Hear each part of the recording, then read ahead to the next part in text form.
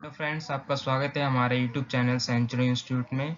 और आज हम डिस्कस करने वाले हैं अध्याय 2। क्या हमारे आसपास के पदार्थ शुद्ध हैं? Is matter around us pure?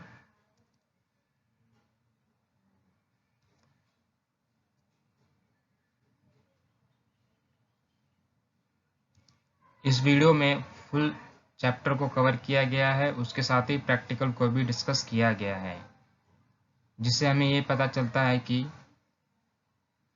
Practical science की परिभाषा को या थ्योरी को किस तरह प्रूव करते हैं कि वह थ्योरी सत्य है या असत्य है।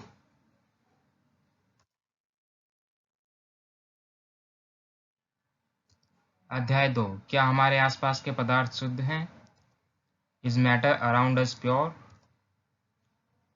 हम कैसे जान सकते हैं कि बाजार से खरीदा हुआ दूध, घी, मक्खन, नमक, मसाला, मिनरल जल या जूस शुद्ध है? क्या आपने कभी इन खाने वाले पदार्थों के डिब्बों के ऊपर लिखे शुद्ध शब्द पर ध्यान दिया है? एक साधारण व्यक्ति के लिए शुद्ध का अर्थ होता है कि पदार्थ में कोई मिलावट ना हो, लेकिन वैज्ञानिकों के लिए ये सभी वस्तुएं विभिन्न पदार्थों के मिश्रण हैं, अतः शुद्ध नहीं हैं। उदाहरण के लिए दूध, जल, वसा, प्रोटीन आदि का मिश्रण है। वैज्ञानिक किसी पदार्थ को शुद्ध कहता है तो इसका तात्पर्य है कि उस पदार्थ में मौजूद सभी कण समान रासायनिक प्रकृति के हैं। एक शुद्ध पदार्थ एक ही प्रकार के कणों से मिलकर बना होता है। जब हम अपने चारों ओर देखते हैं तो पाते हैं कि सभी पदार्थ दो या दो से अधिक अवयवों के मिलने से बने हैं। उदाहरण के लिए समुद्र का जल, खनिज, मिट्टी आदि का सभी मिश्रण हैं।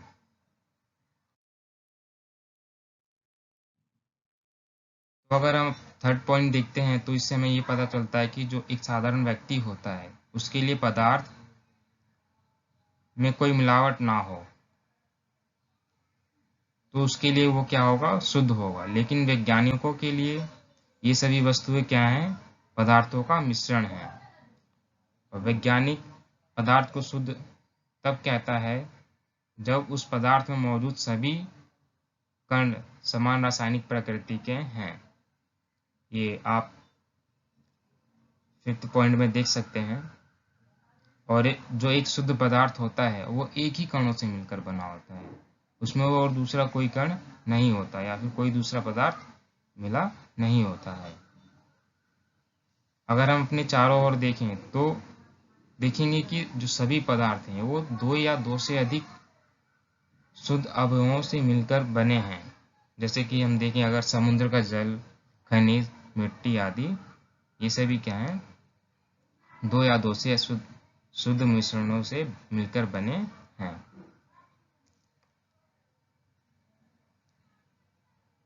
रसोई में उपयोग की जाने वाली कुछ वस्तुएं जैसे कि शुद्ध नमक हो गया या शुद्ध घी या शुद्ध दूध, ये भी सभी क्या है? हमारे पदार्थ हैं और ये भी किसी न किसी मिश्रण से मिलकर बने हैं।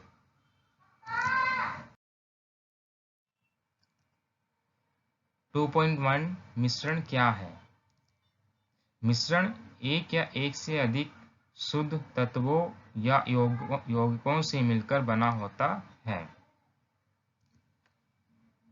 जल में घुले हुए सोडियम क्लोराइड को वाष्पीकरण या आसवन विधि द्वारा जल से पृथक किया जा सकता है। सोडियम क्लोराइड एक शुद्ध पदार्थ है और इसे भौतिक विधि के द्वारा इसके रासायनिक अवयवों में पृथक नहीं किया जा सकता है। चीनी एक पदार्थ है क्योंकि यह एक ही प्रकार का शुद्ध अवयव है रखता है और इसका यौगिक समान रहता है। पेय पदार्थ और मिट्टी में एक समान कण नहीं होते हैं। शुद्ध पदार्थ किसी भी स्रोत से प्राप्त हो सकते हैं, इसके अभिलाक्षणिक गुण एक समान होंगे।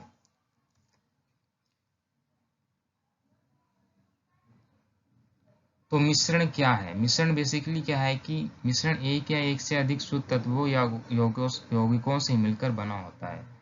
जो मिश्रण होता है वो एक या एक से अधिक तत्वों से मिलकर बना होगा। जल में घुले हुए सोडियम क्लोराइड को हम वाष्पीकरण विधि द्वारा उसको पृथक किया जा सकता है, लेकिन जो सोडियम क्लोराइड है वो एक शुद्ध पदार्थ है। इसे भौतिक विधि के द्वारा या रासायनिक विधि के द्वारा पृथक नहीं किया जा सकता। चीनी भी एक शुद्ध पदार्थ है, क्योंकि ये एक ही प्रकार का शुद्ध अवयव रखता है और इसके सारे जो यौगिक होंगे, जो सारे कण होंगे वो एक समान रहेंगे। पेय पदार्थ या मिट्टी में एक समान कण नहीं होते हैं। अगर हम पेय पदार्थ लें, जैसे कि जूस लें या फिर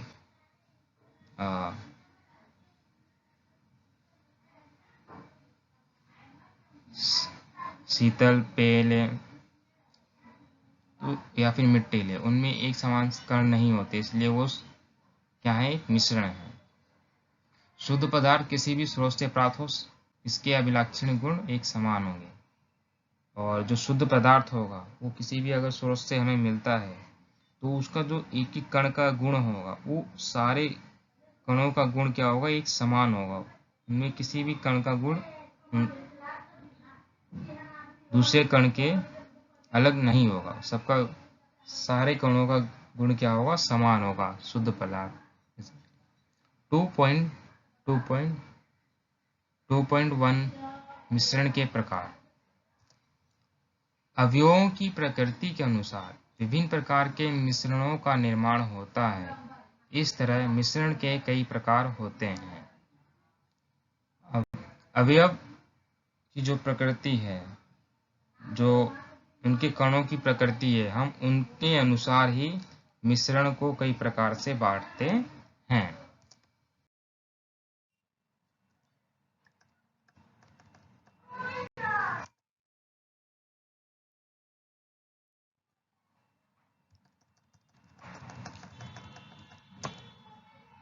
तो समूह आ और बा एक विलीन पाते हैं, समूह सा एक निलंबन पाते हैं, समुदाय एक कोलाइड विलीन पाते हैं।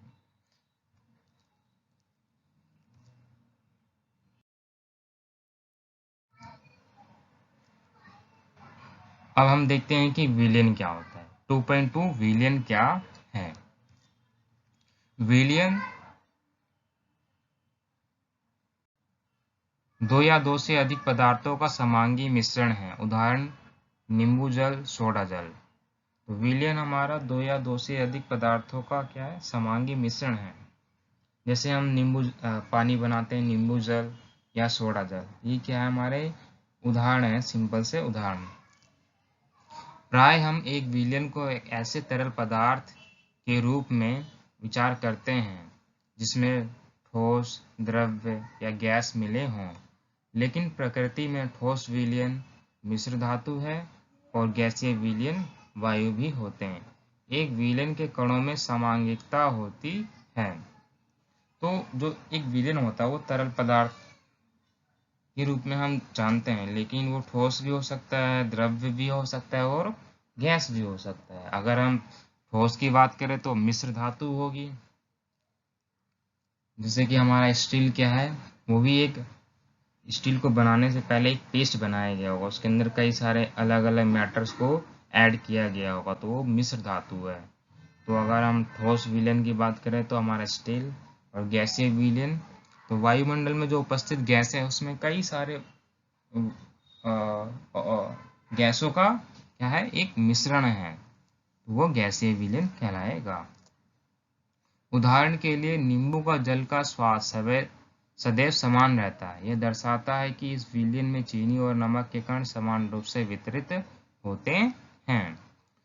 तो अगर हम नींबू जल का स्वाद के बारे में बात करें तो चीनी और नमक के कण एक समान रूप से पूरे जल में क्या होते हैं, विस्तृत हो जाते हैं, जिससे कि हमें पूरा जल क्या लगता है, बिल्कुल एक समान जैसा लगता है।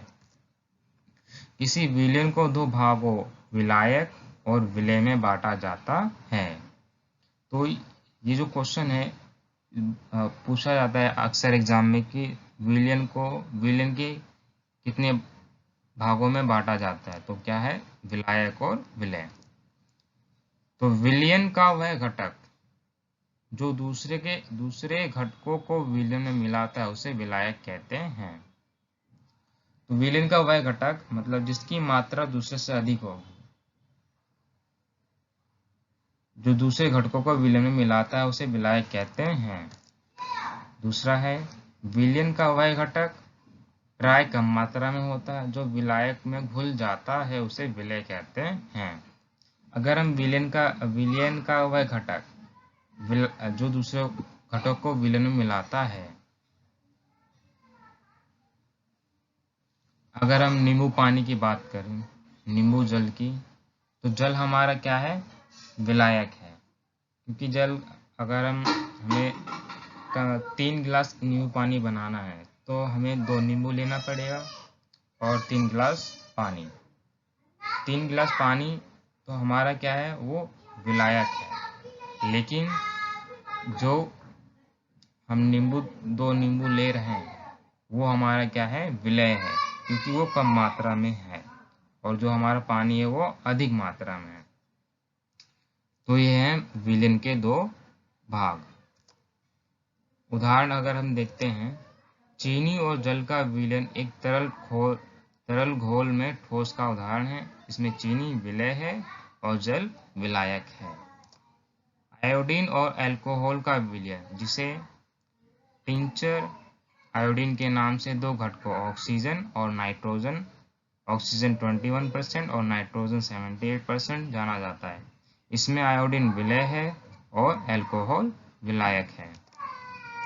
वात युक्त पेय जैसे सोडा जल, कोक इत्यादि तरल विलयन में गैस के रूप में है। इनमें कार्बन डाइऑक्साइड गैस विलय है और जल विलायक है। जो हम कोको कोला, माजा, पेप्सी या स्प्राइट वगैरह पीते हैं तो इसमें बेसिकली 2 गैसें होती हैं, कार्बन डाइऑक्साइड होता है और जल।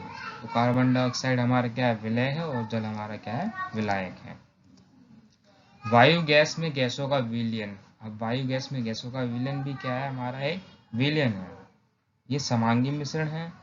नाइट्रोजन को वायु का विलायक कहा जाता है। वायु में दूसरी गैसें बहुत कम मात्रा में उपलब्ध होती हैं।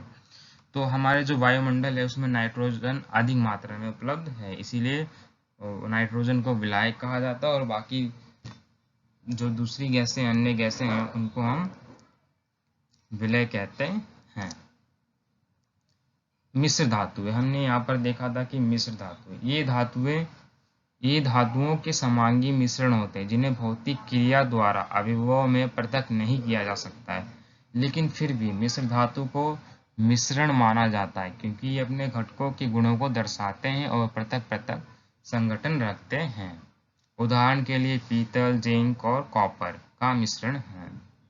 तो पीतल, जिंक और कॉपर का मिश्रण क्या है, हमारा मिश्र धातु बनाएंगे।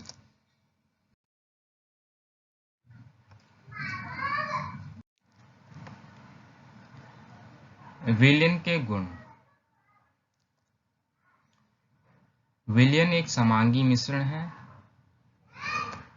विलयन के कण व्यास में 1 nm 10⁹9 मीटर से भी छोटे होते हैं। इसलिए वे आंखों से नहीं देखे जा सकते हैं। तो विलयन के जो कण होते हैं वो हम खुली आंखों से नहीं देख सकते, उसके लिए हमें माइक्रोस्कोप की आवश्यकता पड़ेगी उसके कणों को देखने के लिए। अपने छोटे आकार के कारण विलयन के कण गुजर रही प्रकाश की किरण को फैलाते नहीं हैं, इसलिए विलयन में प्रकाश का मार्ग दिखाई नहीं देता है। तो जो विलयन होता है, अगर हम किसी कांच के गिलास में पानी रखें, नींबू पानी रखें, उससे हम प्रकाश गुजारें किसी टॉर्च से रखकर, तो हमें क्या दिखेगा कि उसका मार्ग हमें दिखाई नहीं देगा कि लाइट किस तरह जा रही है, वो डायरेक्टली ही पास हो जाएगी। छानने की विधि के द्वारा विलयन के कणों को पृथक नहीं किया जा सकता। विलयन को शांत छोड़ देने पर यह विलय के कण नीचे नहीं बैठते, अर्थात विलयन स्थायी है। जो विलयन है, जैसे कि हमने अपना नींबू पानी बनाया है, तो नींबू जल जो है बेसिकली अगर हम उसको शांत छोड़ दें तो हमने नींबू पानी बेसिकली चीनी, नमक और नींबू और जल। अब हम कहें कि इसको पृथक किया जाए, उसमें से चीनी अलग किया जाए, नमक अलग किया जाए और नींबू का रस अलग किया जाए और जल अलग, तो इसको अलग करना इम्पॉसिबल है और इसको पृथक नहीं किया जा सकता है। लेकिन अगर हम इसको शांत छोड़ दें तो हम देखेंगे कि जो नींबू के बेसिकली रेशे होंगे वो नीचे बैठ जाएंगे, लेकिन जो चीनी और नमक है वो क्या है, वो नहीं, क्योंकि वो उस विलयन में अच्छी तरह से घुल गए हैं। इस वजह से क्या है, वो विलयन क्या है, स्थायी है। विलयन की सांद्रता। विलयन में पृथक पृथक मात्रा में विलायक और विलेय पदार्थ होते हैं। विलयन में मौजूद विलेय पदार्थ की मात्रा के आधार पर इसे तनु, सांद्र या संतृप्त घोल कहा जा सकता है। तनु और सांद्र तुलनात्मक शब्द हैं।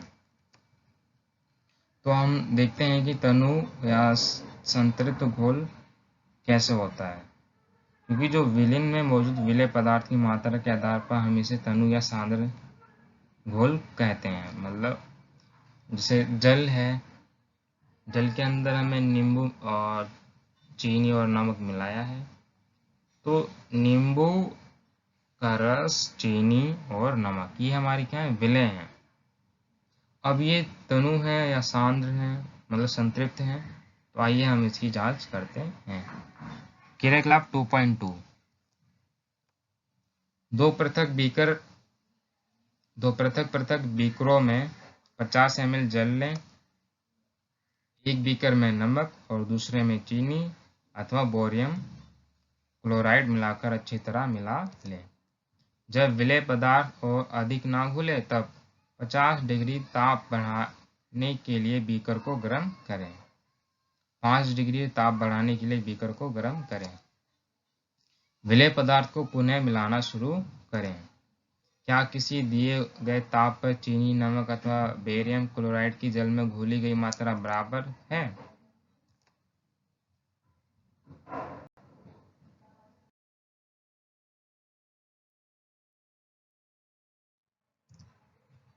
निष्कर्ष।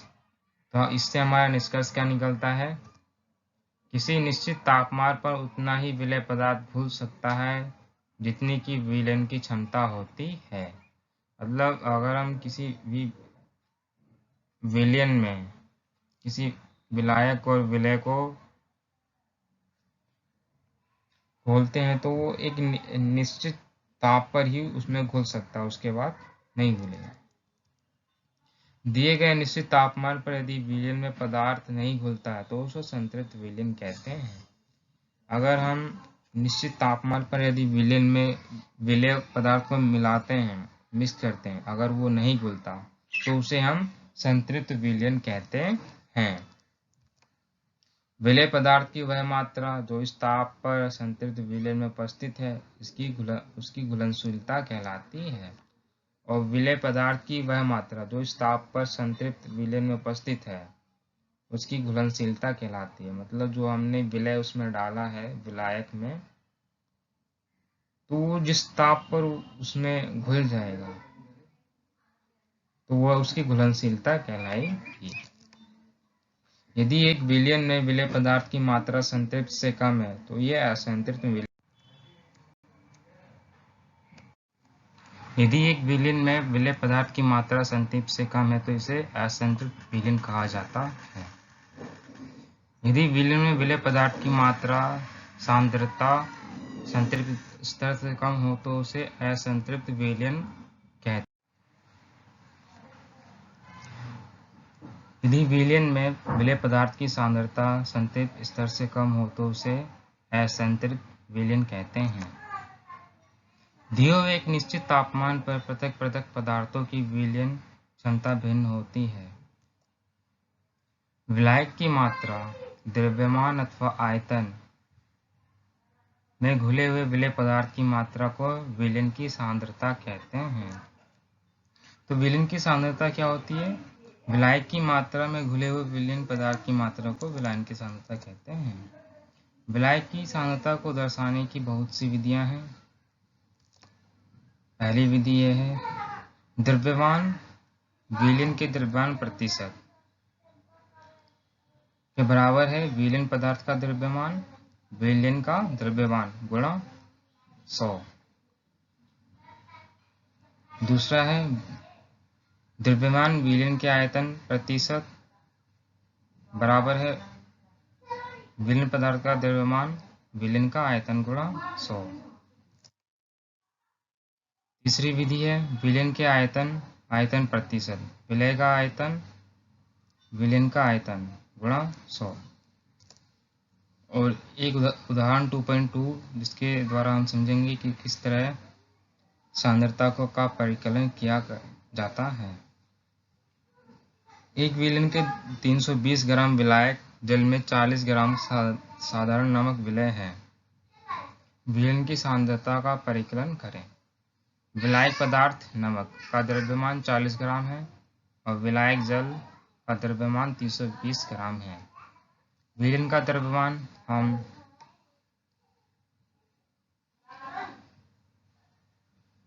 पहली विधि से देख सकते हैं।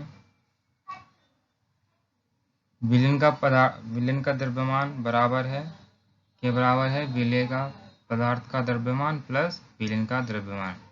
तो ये विलयन का द्रव्यमान टोटल 360 ग्राम हो गया। और विलयन का द्रव्यमान प्रतिशत निकालते हैं विधि 1 के द्वारा। विलयन का द्रव्यमान प्रतिशत के बराबर है विलयन पदार्थ का द्रव्यमान विलयन का द्रव्यमान गुणा 100। तो विलय पदार्थ का द्रव्यमान 40 ग्राम है और विलयन का द्रव्यमान है 360 गुणा 100। तो ये हमारा आ जाएगा 11.1%।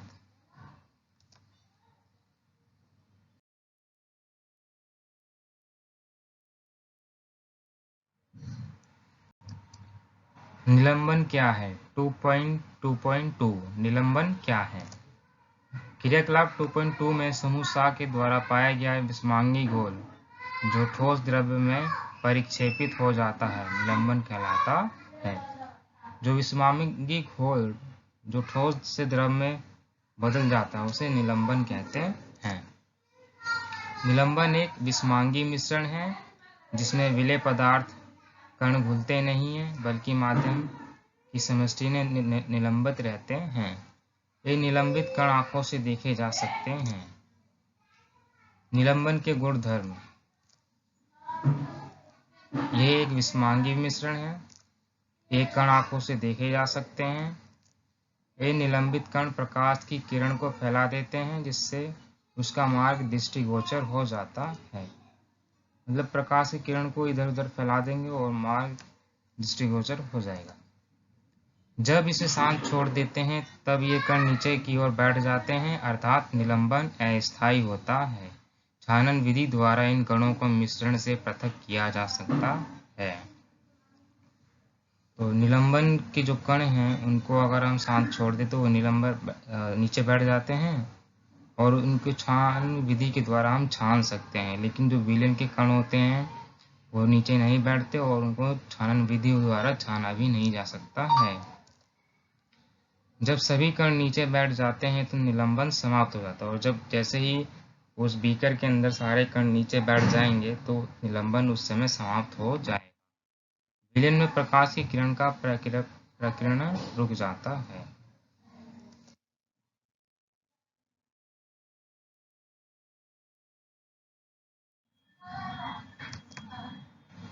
टू पॉइंट 3 कोलाइडल विलयन क्या है? क्रियाकलाप 2.2 में समूह दाह के द्वारा प्राप्त मिश्रण को कोलाइड या कोलाइडल विलयन कहा जाता है। कोलाइडन के कण विलयन में समान रूप से फैले होते हैं। कोलाइडन जो विलयन होता है उसके अंदर जो भी कण हम अलग अलग पदार्थ का मिश्रण बनाते हैं वो एक समान रूप से फैले होते हैं। निलंबन की अपेक्षा कणों का आकार छोटा होने के कारण यह मिश्रण समांगी प्रतीत होता है, लेकिन वास्तविक में विलयन विषमांगी मिश्रण या जैसे दूध की तरह होता है। मतलब निलंबन में तो कणों का आकार छोटा होता है, लेकिन इसमें कुछ मिश्रण प्रतीत होता है ऐसा जो वास्तविक लगे, इसे विषमांगी मिश्रण कहते हैं। जैसे दूध। कोलाइडल कणों के छोटे आकार के कारण हम इसे आंखों से नहीं देख पाते, और जो कोलाइडल का विलयन होता है उसमें बहुत छोटे छोटे कण होते हैं, जिसकी वजह से हम क्या है इसको खुली आंखों से नहीं देख सकते हैं। लेकिन ये कण प्रकाश की किरण को आसानी से फैला देते हैं, और जो इसके कण होते हैं जब इससे प्रकाश गुजरेगा तो सारी जो किरणें इधर उधर फैल जाएंगी। प्रकाश की किरण का फैलना टिंडल प्रभाव कहा जाता है, और जो जब लाइट उस बीकर से गुजरेगी और जो प्रकाश की किरण इधर उधर फैलेगी तो उसको हम टिंडल प्रभाव कहते हैं। और टिंडल नामक वैज्ञानिक ने इसकी खोज की थी। एक कमरे में छोटे से छिद्र के द्वारा जब प्रकाश की किरण आती है तब वहां पर हम टिंडल प्रभाव को देख सकते हैं। यह कमरे में मौजूद धूल और कार्बन के कणों के द्वारा प्रकाश के फैलने के कारण होता है। और हम किसी रूम में देख सकते हैं, अगर कोई छोटा सा छेद और वहां से प्रकाश की किरण आती है तो वहां पर भी हमें टिंडल प्रभाव देखने को मिलता है। ये कमरे में मौजूद धूल और कार्बन के कणों के द्वारा प्रकाश के फैलने के कारण बनता है। जब एक घने जंगल के आच्छादन से सूर्य की किरण गुजरती है वहां पर भी हम टिंडल प्रभाव को देख सकते हैं। जंगल के कोहरे में छोटे छोटे कणों के कारण होते हैं जो कोलाइड कणों के समान व्यवहार करते हैं। मतलब जो घने जंगल होते हैं उनमें भी अगर आप देखेंगे कि तो जो बड़े बड़े वृक्ष होते हैं तो वो क्या कहते हैं कि जब उनसे हम नीचे की सूर्य की रोशनी आती है तो एक टिंडल प्रभाव इफेक्ट कहते हैं, क्योंकि जो जंगल के अंदर मौजूद जो कोहरे के छोटे छोटे कण होते हैं वो कोलाइड के कणों के समान व्यवहार करते हैं, मतलब उसी की तरह कार्य करते हैं, इसीलिए वहां पर टिंडल प्रभाव हम देख सकते हैं। तो जैसे चित्र 2.2 में दिखाया गया कि कॉपर सल्फेट का विलयन टिंडल प्रभाव नहीं दर्शाता है, दूध तथा पानी का मिश्रण टिंडल प्रभाव दर्शाता है।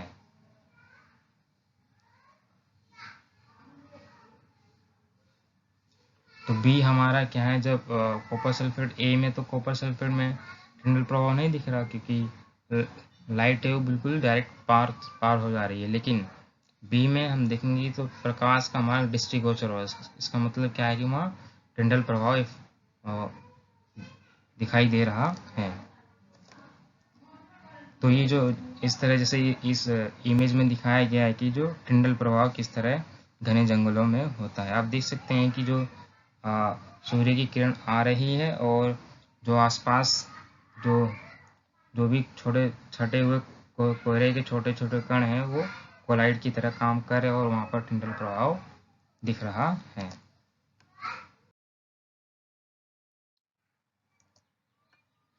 कोलाइड के गुणधर्म, यह एक विषमांगी मिश्रण है।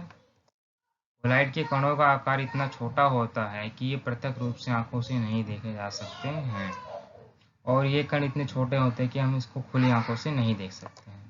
ये इतने बड़े होते हैं कि प्रकाश की किरण को फैलाते हैं तथा मार्ग को दृश्य बनाते हैं। जब इनको शांत छोड़ दिया जाता है तो तब ये कण तल पर बैठते हैं, अर्थात ये स्थायी होते हैं। छानन विधि द्वारा मिश्रण से पृथक नहीं किया जा सकते, किंतु एक विशेष विधि अपकेंद्रीकरण तकनीक जो कि क्रियाकलाप 2.5 में हम करेंगे द्वारा पृथक किया जा सकता है। तो अपकेंद्रीकरण तकनीक के द्वारा हम कोलाइड के जो मिश्रण को हम पृथक कर सकते हैं। कोलाइडल विलयन परिक्षेपित प्रावस्था और परिक्षेपण माध्यम से बनते हैं। विलय पदार्थ की तरह का घटक या परिक्षेपित कण जो कि कोलाइडल रूप में रहता है और उसे परिक्षेपित प्रावस्था या डिस्पर्स्ड फेस कहते हैं। तो विलय पदार्थ की तरह घटक या परिक्षेपित कण जो कोलाइडल रूप में रहते हैं उसे परिक्षेपित अवस्था कहते हैं, तथा वह घटक जिसमें परिक्षेपित अवस्था निलंबित रहता है उसे परिक्षेपण माध्यम कहते हैं, डिस्पर्सिंग मीडियम कहते हैं। कोलाइडल को परिक्षेपण माध्यम ठोस, द्रव या गैस की अवस्था और परिक्षेपित प्रावस्था के अनुसार वर्गीकृत किया जाता है। तो जो कोलाइडल का विलयन है उसको हम दो तरह से वर्गीकृत कर सकते हैं, एक है परिक्षेपण माध्यम में और दूसरा क्या है, परिक्षेपित प्रावस्था। तो परिक्षेपण माध्यम में हमारे ठोस, द्रव और गैस आएंगे और दूसरा है परिक्षेपित प्रावस्था। तो कोलाइडल के सारणी 2.2 में हम कोलाइडल के सामान्य उदाहरण देख सकते हैं, जैसे कि परिक्षेपित अवस्था पहली है और दूसरी है परिक्षेपण अवस्था, और वो प्रकार कौन सा है और उदाहरण। तो पहला देखेंगे द्रव और गैस, और प्रकार कौन सा है, एरोसोल। उदाहरण क्या है, कोहरा, बादल, कुहासा। तो ऐसे आप और भी देख सकते हैं। ठोस का लें तो ठोस, गैस, एरोसोल, धुआं, स्वचालित वाहन का निधार। द्रव्य का लें, गैस का लें तो गैस में है हमारे पास द्रव्य, फोम, शेविंग क्रीम। तो ये सभी क्या है, हमारे कोलाइड के सामान्य उदाहरण।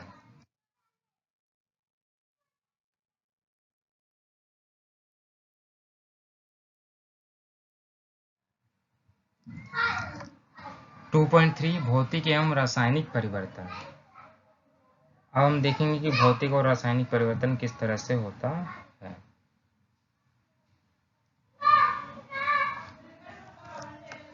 पदार्थ के भौतिक गुण जिनका हम अवलोकन एवं वर्णन कर सकते हैं, जैसे कि रंग, कठोरता, दृढ़ता, बहाव, घनत्व, द्रवनांक तथा क्वथनांक इत्यादि को भौतिक गुण कहा जाता है। तो भौतिक गुण जो हम सामान्य रूप से खुद अवलोकन कर सकते हैं और उनका वर्णन कर सकते हैं, तो वो हमारे क्या होते हैं, भौतिक गुण होते हैं। अवस्थाओं का अंत, रूपांतरण एक भौतिक परिवर्तन है, क्योंकि ये परिवर्तन पदार्थों के संगठन में बिना परिवर्तन किए होते हैं और उनकी रासायनिक प्रकृति में कोई भी परिवर्तन नहीं होता है। यद्यपि बर्फ, जल और वाष्प अलग अलग दिखते हैं और ये भिन्न भिन्न भौतिक गुणों को दर्शाते हैं, ये रासायनिक रूप से समान होते हैं। जल तथा खाना पकाने वाले तेल दोनों द्रव्य हैं, लेकिन इनके रासायनिक गुणधर्म भिन्न हैं। इनकी गंध और ज्वलनशीलता में अंतर है। तेल हवा में जलता है जबकि जल आग को बुझाता है। तेल का यह रासायनिक गुण जल से इसे अलग करता है। जलना एक रासायनिक परिवर्तन है। जलने की प्रक्रिया में एक पदार्थ दूसरे से क्रिया करके अपने रासायनिक संगठन में परिवर्तन लाता है। तो खाना बनाने का जो तेल है और जल दोनों ही क्या है कि उनके रासायनिक गुणधर्म अलग है। तेल तो जलता है लेकिन जल क्या है, आग को बुझाता है। रासायनिक परिवर्तन पदार्थ के रासायनिक गुणधर्मों में परिवर्तन लाता है तथा हम नया पदार्थ पाते हैं। तो रासायनिक परिवर्तन में क्या हुआ कि हम जब उसके किसी दूसरे पदार्थ से रिएक्शन कराएंगे तो उसमें एक नया पदार्थ बनेगा। और रासायनिक परिवर्तन को रासायनिक प्रतिक्रिया भी कहा जाता है, और इस प्रोसेस को हम रासायनिक प्रतिक्रिया या रासायनिक परिवर्तन भी कहते हैं। मोमबत्ती की जलने की प्रक्रिया में भौतिक एवं रासायनिक परिवर्तन दोनों होते हैं। और जब हम मोमबत्ती जलाते हैं तो उसमें रासायनिक और भौतिक परिवर्तन दोनों होते हैं। तो रासायनिक परिवर्तन कहने का मतलब है उसका जलना और हीट में परिवर्तित होना, और दूसरा क्या है, भौतिक परिवर्तन कि उसका मेल्ट होना, मेल्ट होके नीचे गिरना मोमबत्ती का, वो क्या है, भौतिक परिवर्तन है।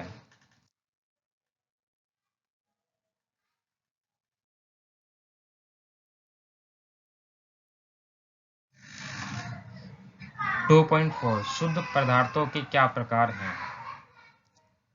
पदार्थों को उनके रासायनिक संगठन के आधार पर तत्वों या यौगिकों में वर्गीकृत किया जा सकता है। तो हम पदार्थों को उनके तत्वों या यौगिकों के आधार पर वर्गीकृत करते हैं। 2.4.1 तत्व। तो पहला वर्गीकरण देखते हैं तत्व। रॉबर्ट बॉयल पहले वैज्ञानिक थे जिन्होंने सन 1661 में सर्वप्रथम तत्व शब्द का प्रयोग किया। तो ये हमारे जो क्वेश्चन 1 नंबर के क्वेश्चन आते हैं उसके अंदर पूछा जाता है कि सर्वप्रथम तत्व शब्द का प्रयोग किसने किया। तो तीन से चार वैज्ञानिकों के नाम लिखे होंगे, तो उसमें हमारा करेक्ट ऑप्शन क्या होगा, रॉबर्ट बॉयल। फ्रांस के रासायनिक एंटोनी लॉरेंट लवाइजिए 1743 से सन 1794 ने सबसे पहले तत्व की परिभाषा को प्रयोग द्वारा प्रतिपादित किया।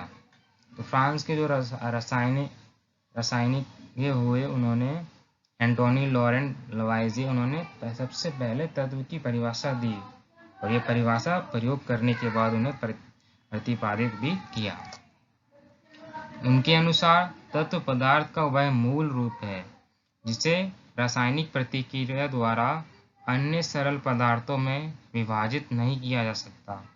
तत्वों को साधारणतः धातु, अधातु, उपधातु में वर्गीकृत किया जा सकता है। तो तत्व वह है जिसको हम रासायनिक प्रतिक्रिया द्वारा अन्य पदार्थों में विभाजित नहीं कर सकते। तो इनके तीन वर्गीकरण है तत्व के, धातु, अधातु और उपधातु। धातुएं निम्न गुणधर्मों में से सभी को या कुछ को प्रदर्शित करती हैं। ये धातुएं चमकीली होती हैं, ये चांदी जैसी सफेद या सोने की तरह पीले रंग की होती हैं। ये ताप तथा विद्युत की सुचालक है, मतलब इसके अंदर से करंट पास होता है। ये तन्य होती हैं, इनको हम तार के रूप में खींचा जा सकता है। ये आघातव्य होती हैं, इनको पीटकर महीन चादरों में ढाला जा सकता है। तो कहने का मतलब है कि एक अगर हम आयरन की रोड लें, अगर उसको हम पीट के पतला कर सकते हैं और एक चादर के रूप में बना सकते हैं। ये प्रतिध्वनि पूर्ण होती हैं। सोना, चांदी, तांबा, लोहा, सोडियम, पोटेशियम इत्यादि धातु के उदाहरण हैं। पारा धातु होते हुए भी कमरे के तापमान पर द्रव्य है, मतलब पारा भी धातु है लेकिन वो कमरे के तापमान पर द्रव्य के रूप में कार्य करता है।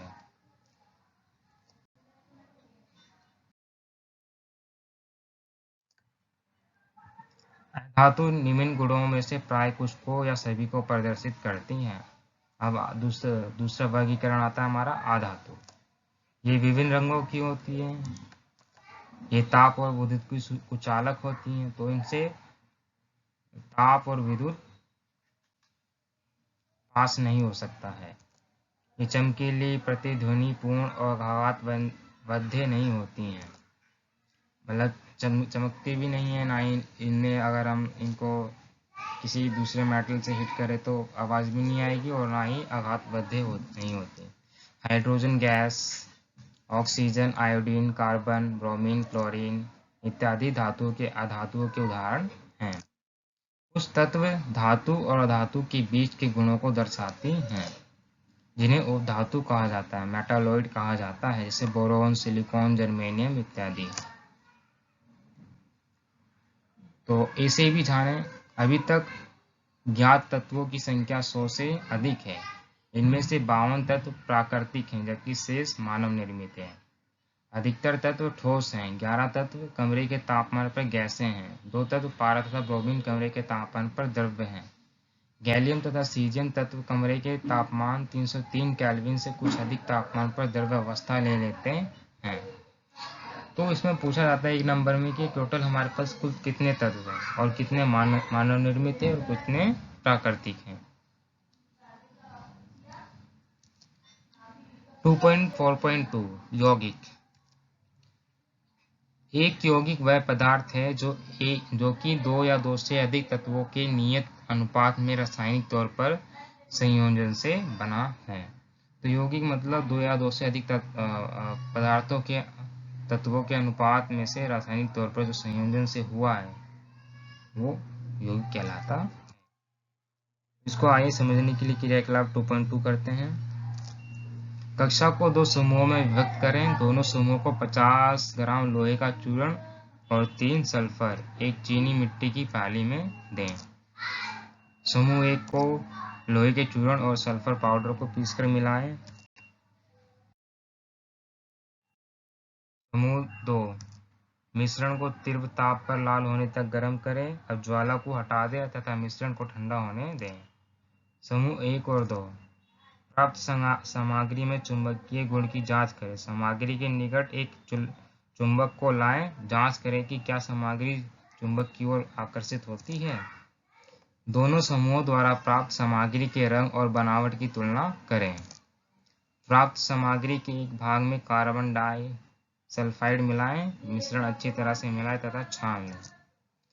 प्राप्त पदार्थ के दूसरे भाग में तनु सल्फ्यूरिक अम्ल तथा हाइड्रोक्लोरिक अम्ल को मिलाएं। ध्यान रहे कि इस क्रियाकलाप को करने के लिए आप अध्यापक का निर्देश अवश्य लें। इस क्रियाकलाप को लोहा तथा सल्फर तत्वों के साथ अलग अलग दोहराएं। अवलोकनों को नोट करें। उत्तर दें। क्या दोनों समूह द्वारा प्राप्त सामग्री दिखने में समान है? इस समूह द्वारा प्राप्त सामग्री में चुंबकीय गुण विद्यमान है? क्या प्राप्त सामग्री के घटकों को हम पृथक करने में सक्षम हैं? या तनु सल्फ्यूरिक अम्ल या तनु हाइड्रोक्लोरिक अम्ल सामग्री पर डालने से दोनों समूहों को गैस प्राप्त होती है? क्या दोनों स्थितियों में प्राप्त गैस की गंध समान है या अलग अलग है? तो निष्कर्ष हमारा क्या निकलता है यहाँ से? समूह एक द्वारा प्राप्त गैस हाइड्रोजन है। यह रंगहीन है, गंधहीन है, ज्वलनशील है। इसकी ज्वलनशीलता की जांच कक्षा में ना करें क्योंकि ये खतरनाक या हानिकारक हो सकता है। समूह दो द्वारा प्राप्त गैस हाइड्रोजन सल्फाइड है। यह रंगीन गैस है और इसकी गंध सड़े हुए अंडे जैसी होती है। जो हाइड्रोजन सल्फाइड की जो गैस होती है बहुत ही ज़्यादा मतलब गंधहीन होती है उसकी गैस, जैसे सड़े हुए अंडे होते हैं उसकी तरह आती है। आपने पाया कि दोनों समूह द्वारा प्राप्त पदार्थ भिन्न भिन्न गुणों को दर्शाते हैं। यद्यपि प्रारंभ में दिए गए पदार्थ समान थे, लेकिन समूह एक की क्रिया के फलस्वरूप भौतिक परिवर्तन हुआ, जबकि समूह दो की क्रिया के फलस्वरूप रासायनिक परिवर्तन हुआ। समूह एक के द्वारा प्राप्त सामग्री को दो पदार्थों का मिश्रण है। दिए गए पदार्थ लोहा तथा सल्फर हैं। तो जो समूह ए के द्वारा जो प्राप्त सामग्री उपलब्ध हुई वो पदार्थ लोहा तथा सल्फर हैं। मिश्रण का गुण उन दोनों मिले हुए तत्वों के गुण के समान है, और जो मिश्रण का गुण था और जो तत्व मिले उन दोनों के गुण क्या है? बिल्कुल समान है। समूह दो द्वारा प्राप्त सामग्री यौगिक है। दोनों तत्वों को तीव्रता से गर्म करने पर हम यौगिक पाया जिसका गुण मिले हुए तत्वों से पूरी तरह से भिन्न है। और जो हमने उन्हें तत्व दिए थे एक्टिविटी करने के लिए, और जो हमें बाद में तत्व रिजल्ट मिला तत्व के रूप में, उन दोनों के गुण क्या है? बिल्कुल भिन्न है। यौगिक का संगठन पूरे पदार्थ में समान है। यौगिक की बनावट और रंग भी सभी स्थानों पर समान है। पदार्थ की भौतिक और रासायनिक प्रकृति को हम निम्न आरेख द्वारा व्यवस्थित कर सकते हैं।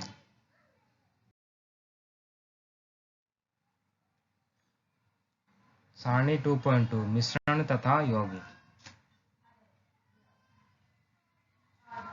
मिश्रण तत्व या यौगिक केवल मिश्रण बनाने के लिए मिलते हैं, किंतु किसी नए यौगिक का निर्माण नहीं करते हैं। यौगिक तत्व क्रिया करके नए यौगिक का निर्माण करते हैं। तो मिश्रण में क्या होता है कि कोई नया यौगिक नहीं बनता, लेकिन यौगिक में क्या है? नया यौगिक का निर्माण होता है। दूसरा पॉइंट देखते हैं। मिश्रण एक संगठन परिवर्तनीय होता है, लेकिन यौगिक क्या है? ना पदार्थ का संगठन सदैव स्थायी होता है। तीसरा पॉइंट देखते हैं। मिश्रण उसमें उपस्थित घटकों के गुणधर्मों को दर्शाता है। और यौगिक में देखें तीसरा पॉइंट, तो नए पदार्थ के गुणधर्म पूरी तरह से भिन्न होते हैं। मतलब 3 पॉइंट ये कह रहा है कि मिश्रण में जो भी पदार्थ उपलब्ध हुआ है और जो हमने एक्सपेरिमेंट करने के लिए जो पदार्थ लिया था, तत्व लिया था, वो गुणधर्म बिल्कुल समान है, लेकिन यौगिक में वो गुणधर्म पूरी तरह से बदल जाते हैं।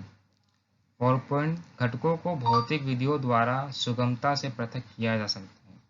और जो मिश्रण के घटक हैं उनको हम भौतिक विधि द्वारा अच्छी सुगमता से आसानी से अलग कर सकते हैं, लेकिन जो यौगिकों के घटकों को हम केवल रासायनिक या वैद्युत रासायनिक प्रतिक्रिया द्वारा ही पृथक किया जा सकता है। और यौगिक में जो घटकों को हम केवल रासायनिक या वैद्युत रासायनिक प्रक्रिया द्वारा पृथक किया जा सकता है। पदार्थ, तो ये हमारे पूरे चैप्टर का सार है। तो पदार्थ कितने प्रकार के होते हैं? 3, ठोस, द्रव या गैस। पदार्थ शुद्ध पदार्थ होते हैं और मिश्रण। शुद्ध पदार्थ के दो पार्ट होते हैं, तत्व, यौगिक। तत्व में हमारे आते हैं सरल पदार्थों में व्यक्त नहीं किया जा सकता, और यौगिक में आते हैं नियत संगठन, रासायनिक या वैद्युत रासायनिक प्रतिक्रिया द्वारा घटकों तत्वों में विघटित किया जा सकता है। मतलब तत्व को हम अलग नहीं कर सकते, लेकिन यौगिकों को रासायनिक प्रतिक्रिया द्वारा अलग किया जा सकता है। उदाहरण के लिए अगर तत्व देखें, कॉपर, ऑक्सीजन, लोहा, हाइड्रोजन, पारा आदि। लेकिन यौगिक देखते हैं, यौगिकों के उदाहरण जल, मीथेन, चीनी, नमक आदि।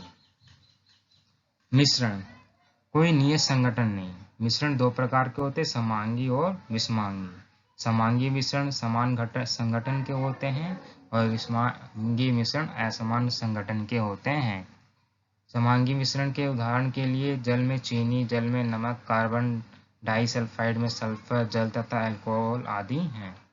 विषमांगी मिश्रण उदाहरण के लिए बालू तथा नमक, चीनी तथा नमक, लकड़ी, रक्त, तेल में जल आदि।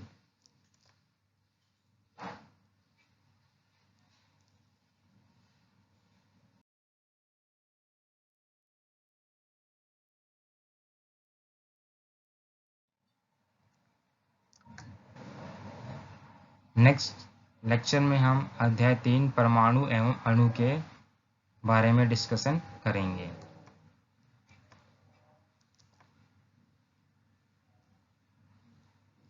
रेफरेंसेस बेसिकली एनसीईआरटी की साइट और सीबीएसई एकेडमिया से हमने ये पूरा लेक्चर तैयार किया है। अगर आपको वीडियो अच्छी लगी हो तो सब्सक्राइब करें और हमारे चैनल को लाइक करें। Thank you very much for watching educational video on our YouTube channel Century Institute. Thank you very much.